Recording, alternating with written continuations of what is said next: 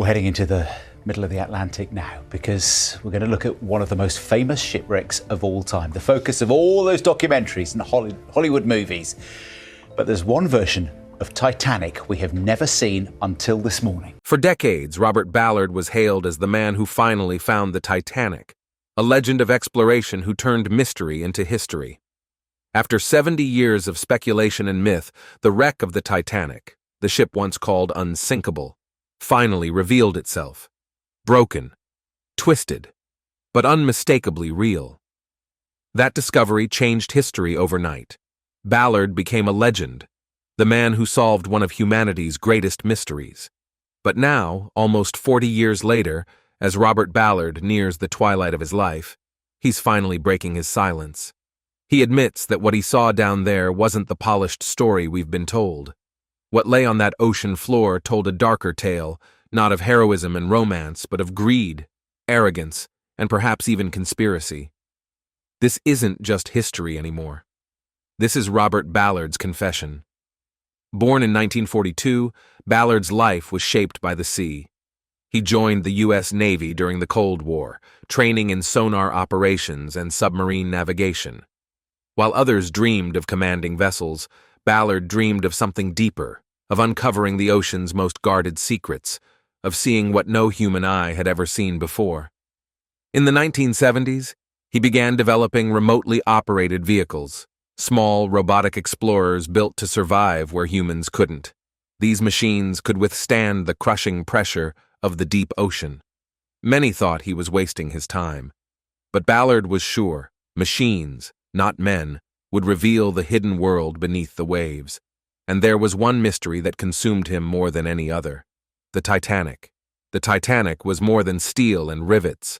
When she launched in 1912, she was celebrated as the pinnacle of human achievement, the unsinkable ship, the crown jewel of modern engineering. But on her very first voyage, she struck an iceberg and disappeared beneath the waves, taking over 1,500 lives with her. The world was horrified. Almost immediately, though, the story was rewritten.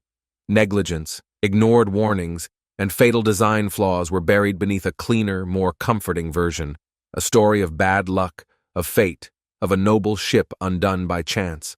For more than 70 years, her final resting place remained hidden in the darkness of the deep. In that void, myth replaced truth. But to Robert Ballard, that wasn't romantic. It was infuriating. He wasn't after legend. He wanted answers. In 1985, with support from the U.S. Navy, Ballard and his team finally found her.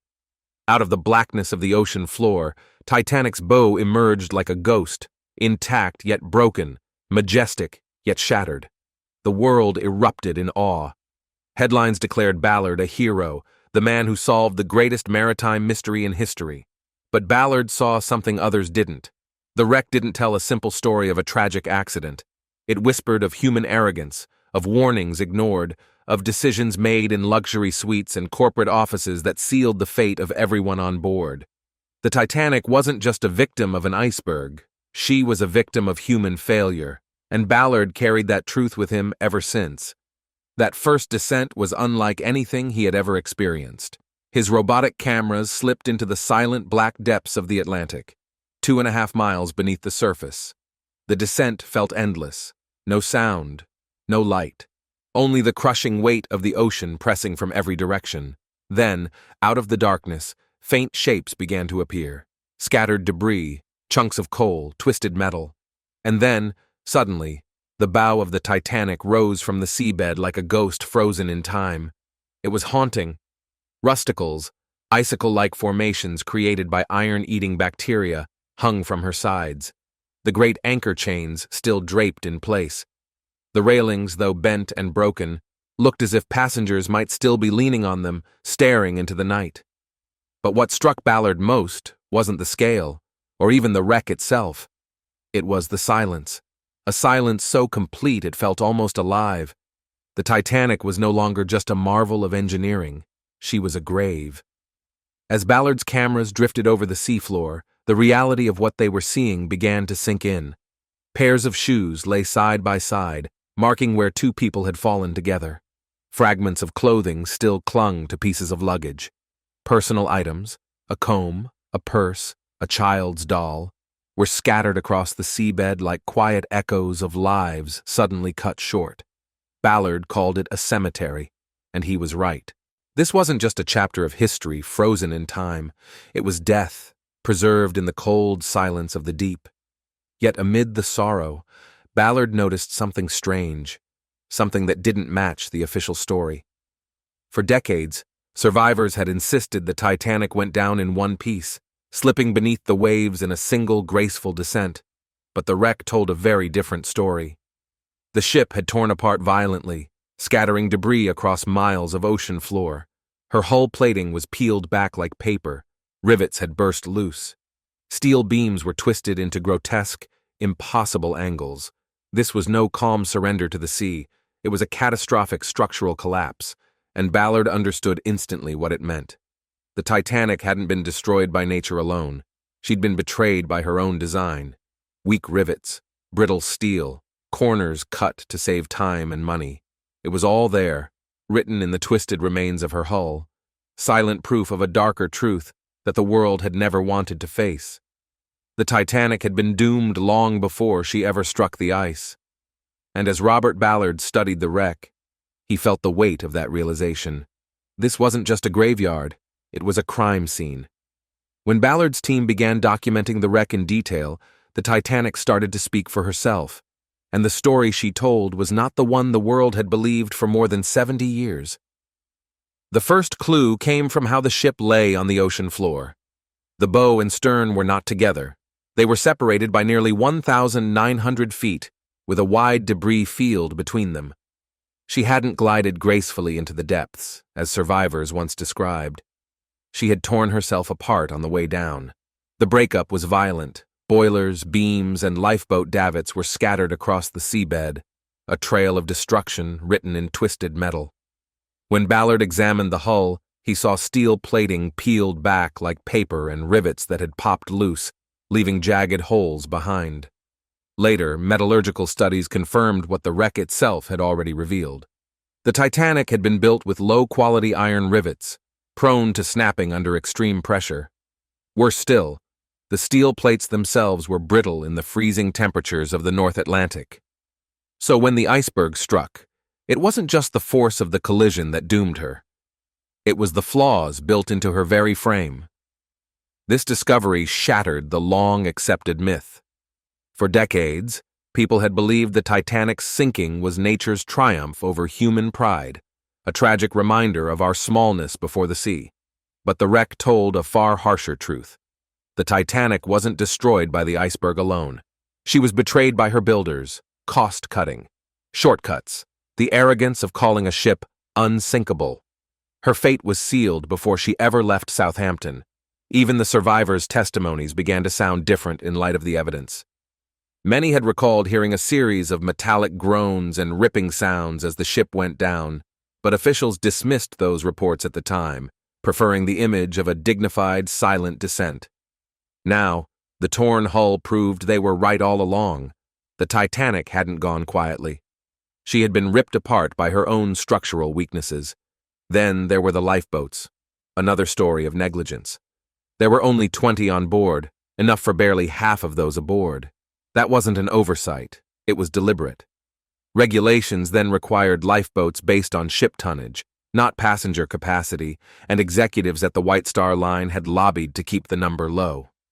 More lifeboats, they argued, would clutter the decks and spoil the ship's elegant design. Ballard's footage of unused davits, lifeboat cranes still standing on the wreck, made that decision feel all the more cruel. And then came the iceberg warnings. In the hours before the disaster, Titanic's wireless operators received multiple alerts about ice fields ahead. But many of those warnings went unheeded. The radio room was busy sending personal messages for wealthy passengers, and critical alerts were delayed or ignored entirely. Ballard couldn't see those choices in the wreck itself, but knowing the chain of errors made every twisted beam and shattered plate feel heavier.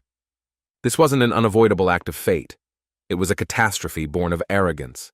And perhaps the most disturbing part came after the sinking, in the myths the world chose to believe. For decades, people believed the Titanic's hull had been ripped open by a massive gash, a long, jagged wound torn by the iceberg. But Ballard's deep-sea surveys told a very different story. There was no giant tear. The iceberg hadn't sliced her apart. Instead, the collision had forced open the seams between the hull plates, letting water pour in through a series of narrow but devastating slits. The weak rivets holding those plates together had failed, multiplying the damage in seconds. This wasn't fate. It was flawed workmanship exposed under pressure. As Ballard's cameras drifted over the wreck, he began to uncover the human cost, in the most haunting way possible.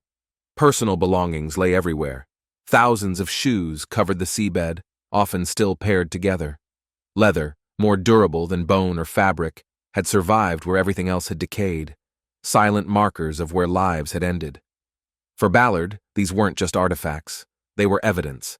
Each shoe represented a life. Each scattered suitcase, a story abruptly cut short. The Titanic wasn't just an engineering failure, it was a human tragedy, multiplied by greed. And the deeper Ballard looked, the more his findings stirred up old conspiracies.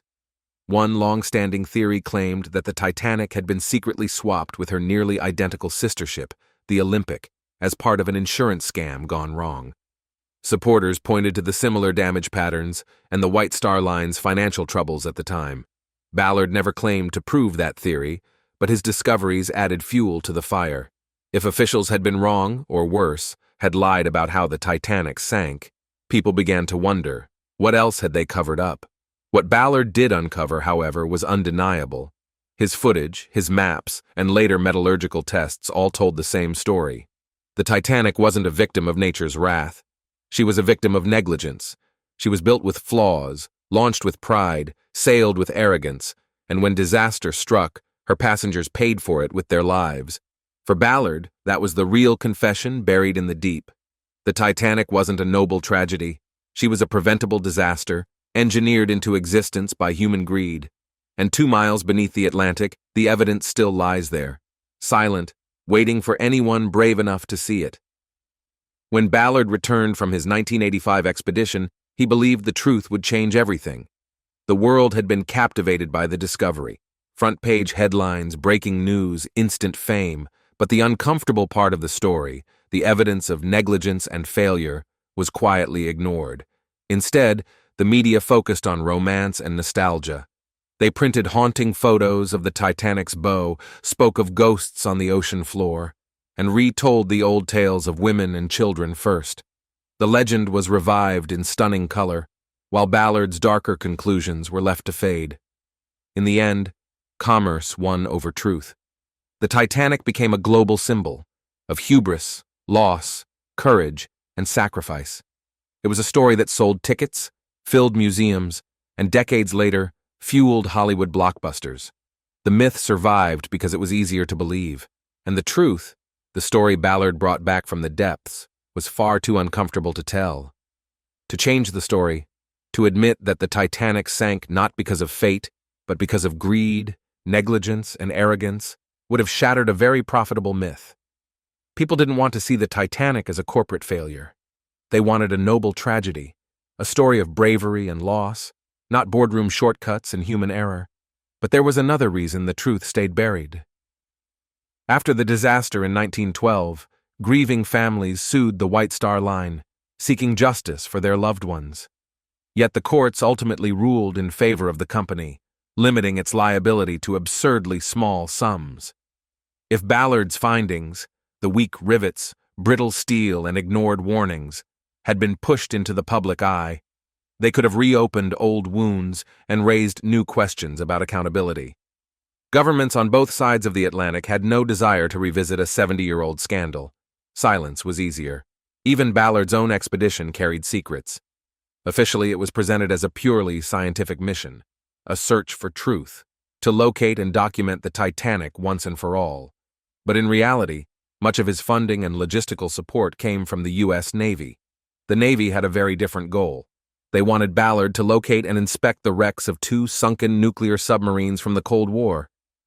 The Titanic mission provided the perfect cover story. While the world's media focused on the rediscovery of the most famous shipwreck in history, the Navy's classified operations could continue quietly, hidden in plain sight. That secrecy, however, only deepened the mystery. If Ballard's Titanic expedition doubled as a cover for a military operation, what else might have been concealed? Some began to wonder, did Ballard's team recover artifacts that were quietly removed before the public ever saw them? Were there documents or cargo in the Titanic's hold that could have embarrassed powerful governments or corporations? Ballard himself never made such claims, but the overlap between military secrecy and his historic discovery left plenty of room for speculation. And then came the rumors. Some whispered that Ballard had seen things at the wreck site that were never photographed, objects edited out or hidden from the official reports. Others claimed his team had recovered physical evidence, fragments of steel, sealed containers, even documents, and that these were handed over to officials who quietly locked them away, never to be made public. Whatever the truth, one thing was certain. The Titanic had always carried secrets, and even in death, she kept them well. None of it was ever proven. Yet one thing was clear: Ballard's most damning evidence, the twisted steel and failed rivets that exposed the Titanic's true weakness, never received the attention his haunting images of the ship's bow did. The findings weren't completely buried. Over the years, a few metallurgical and engineering studies surfaced, quietly confirming what Ballard had seen: brittle steel, weak rivets, ignored warnings. Experts debated, papers were published, but the public never really listened. To most people, Titanic remained a story of love, bravery, and fate, not greed, negligence, or arrogance. The wreck became a shrine, not a courtroom. Ballard understood that. In later interviews, he admitted he treated the site as a grave, not an investigation. He wanted to honor the people who died there, even while knowing deep down that their deaths were avoidable. That they were victims not of nature, but of human pride and poor choices. It was a truth he hinted at, but never shouted. In the end, the world chose the legend over the evidence. Ballard had brought back proof, but it was inconvenient proof, and so the darker truth of Titanic was left to rest quietly 2 miles beneath the sea. Since his discovery, Ballard has often spoken about the Titanic as a memorial, a warning, and a tragedy beyond measure. But beneath his words, there's always been a sense of something heavier, a quiet acknowledgement that the story we've all embraced isn't the full one. His revelation changes everything. Titanic wasn't simply a grand ship struck down by bad luck. It was a ship weakened from within, built with shortcuts, launched with overconfidence, and doomed by decisions made in the pursuit of profit and prestige. The wreck itself tells the story. The iceberg was not the only villain. Human negligence, buried beneath the romance of history, played an equal part. In that light, Titanic becomes more than a disaster. It becomes a reflection of us. It mirrors every system that ignores warnings, every company that puts image before safety, every time pride outweighs truth. Her story doesn't end in 1912. It echoes in every tragedy born from arrogance and greed. And still, questions remain.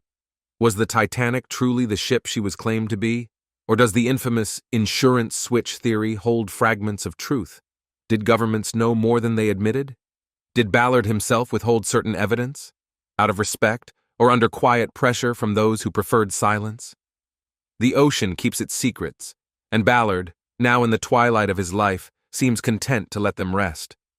But the warning endures. 2 miles down, the Titanic lies in eternal darkness, her bow tilted upward, her stern torn apart, her decks forever empty. She is more than a grave. She is a message, a reminder that arrogance sinks ships, greed destroys lives, and truth, no matter how deeply buried, always finds a way to rise. So now the question is yours. Was the Titanic sinking really a tragic accident of ice and fate? Or was Ballard right to suggest something darker? A disaster written into her steel long before she ever touched the water. The wreck may lie silent, but her story still speaks, louder than the myths we've chosen to believe. Ballard has told his part. The rest is up to us, to choose between legend and truth.